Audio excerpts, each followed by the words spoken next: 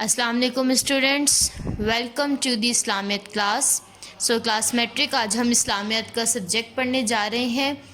اس بک میں آپ لوگوں کی جتنے بھی کنٹینٹ ہیں پہلے وہ دیکھ لیتے ہیں، پھر ہم 1 بائی 1 چیپٹرز کو ریڈنگ کیا کریں گے، اور جو بھی آپ اس میں ریڈنگ کریں، ایکسپلینیشن سمجھیں ویڈیو سے، پھر آپ اس جو چیپٹر ہوگا جو ہم نے سمجھا ہوا ہوگا آپ نے نوٹس کھول کے وہ یاد کرنا شروع کر دینا ہے۔ سب سے پہلے ریڈنگ کرتے ہیں۔ پہلے تو انڈیکس دیکھ لیں آپ۔ Students you can see here کہ اسلامیت میں آپ لوگوں کے پاس 3 صورتیں ہوں گی، ٹھیک ہے۔ ٹوٹل جو سلیبس آپ لوگوں کا ہے اس میں 3 صورت ہیں، سورہ انفال، سورہ احزاب اور سورہ ممتحنہ، ٹھیک ہے۔ یہ آپ کے ترجمے کے ساتھ آپ نے جو یاد کرنا ہے وہ یہ ہے۔ اس کے علاوہ احادیث ہوتی ہیں آپ کی 20 احادیث ہیں ٹوٹل آپ کے سلیبس میں اس بک میں، اور اس کے علاوہ چیپٹرز آپ کے ہوتے ہیں 8 چیپٹرز ہیں۔ یہ 1 2 3 4 5 6 7 8 یہ 8 آپ کے چیپٹرس ہیں۔ تو 8 چیپٹر ہیں، 20 احادیث ہیں اور 3 صورتیں ہیں، ٹوٹل یہ آپ کی اس پوری بک میں ہے۔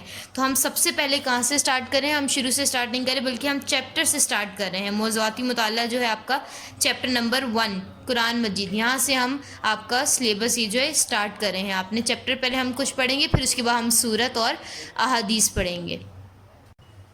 Students open your book, page number 95۔ Page number 95 آپ کھولیں گے تو وہاں پر آپ کا سبق موجود ہے قرآن مجید۔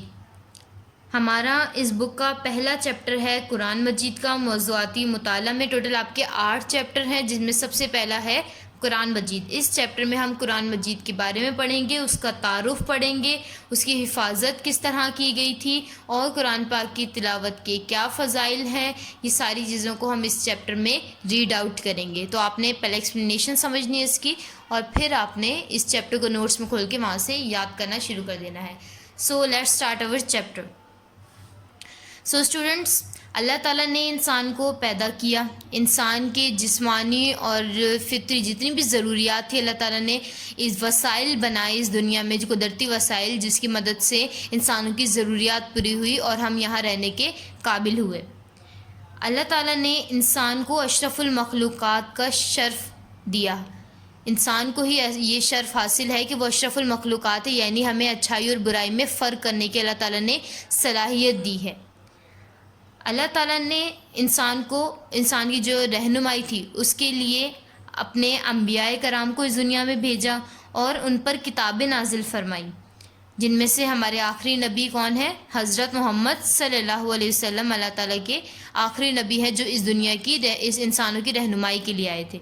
اللہ تعالیٰ نے اپنی پیاری کتاب، آسمانی کتاب میں سے جو چوتھی کتاب ہے قرآن مجید، وہ حضور اکرم صلی اللہ علیہ وسلم پر نازل فرمائی۔